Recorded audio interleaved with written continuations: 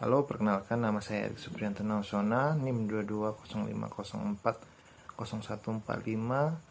Pada kesempatan kali ini saya akan membuat video untuk memenuhi tugas konten digital mata kuliah Hak Asasi Manusia dengan dosen pengampu Bapak Irwandi Syaputra, SHMH. Pada video kali ini saya akan membahas mengenai pelanggaran hak asasi manusia. Pelanggaran hak asasi manusia adalah setiap perbuatan yang secara melawan hukum, mengurangi, menghalangi, membatasi, dan atau mencabut hak asasi manusia. Pelanggaran terhadap hak asasi manusia dapat dilakukan baik oleh aparatur negara.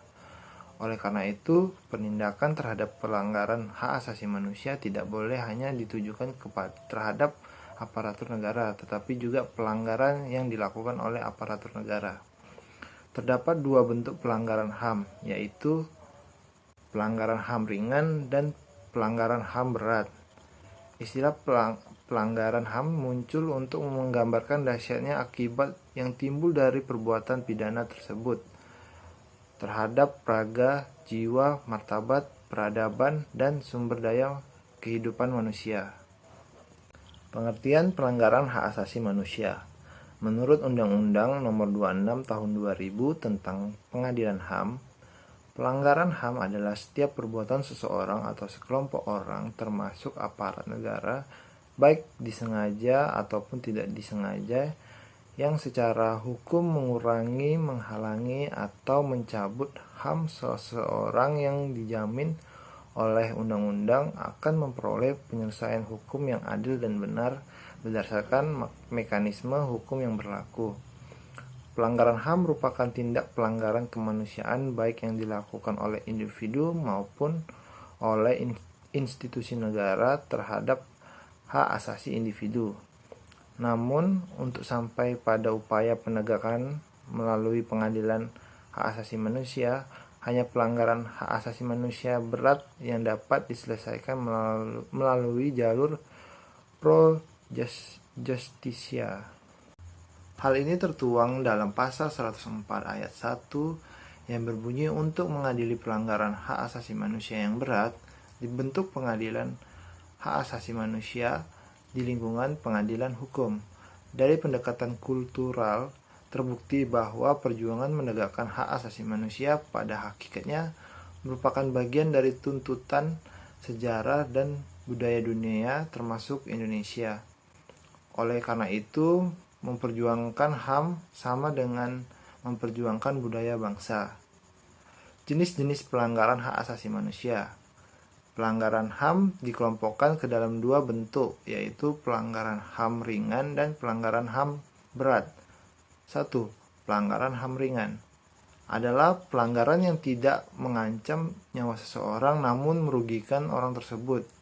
Saat ini banyak sekali bentuk pelanggaran HAM ringan yang terjadi di tengah masyarakat, khususnya dalam lingkungan keluarga.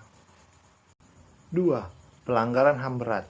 Menurut Undang-Undang Nomor 26 Tahun 2000 tentang Pengadilan Hak Asasi Manusia, Pasal 7, bahwa pelanggaran HAM berat meliputi kejahatan genosida dan kejahatan terhadap kemanusiaan. Namun secara yuridis, pelanggaran berat HAM di Indonesia mengacu pada Undang-Undang Nomor 39 Tahun 1999 Pasal 104 tentang HAM.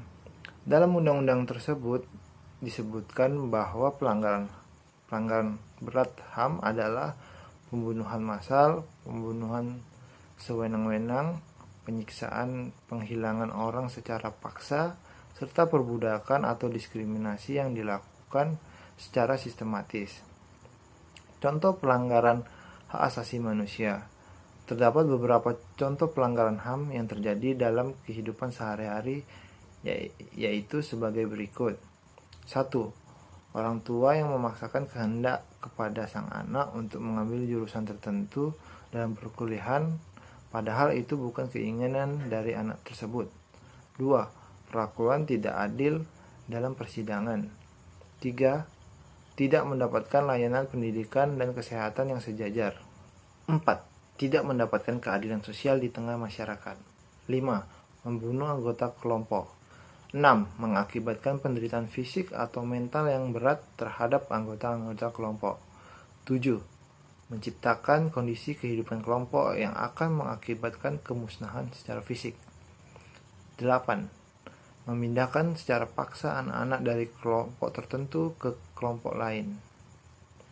Tanggung jawab negara terhadap korban pelanggaran HAM. Dalam penyelesaian pelanggaran hak asasi manusia, terdapat prinsip yang meliputi keseluruhan aspek dan dimensi serta mekanisme bagi penyelesaian pelanggaran hak asasi manusia dengan 4 pilar penting, yaitu hak atas rasa keadilan, right to justice, hak atas kebenaran, right to truth, hak atas reparasi, right to reparation, dan jaminan ketidakberulangan, guarantee of non-recurrence. Terdapat 2 tanggung jawab negara terhadap pelanggaran hak asasi manusia, yaitu tanggung jawab terhadap pelaku dengan membawa para pelaku ke pengadilan hak asasi manusia untuk diadili, dan memberikan kompensasi serta rehabilitasi terhadap korban pelanggaran hak asasi manusia. Sekian video saya mengenai pelanggaran hak asasi manusia.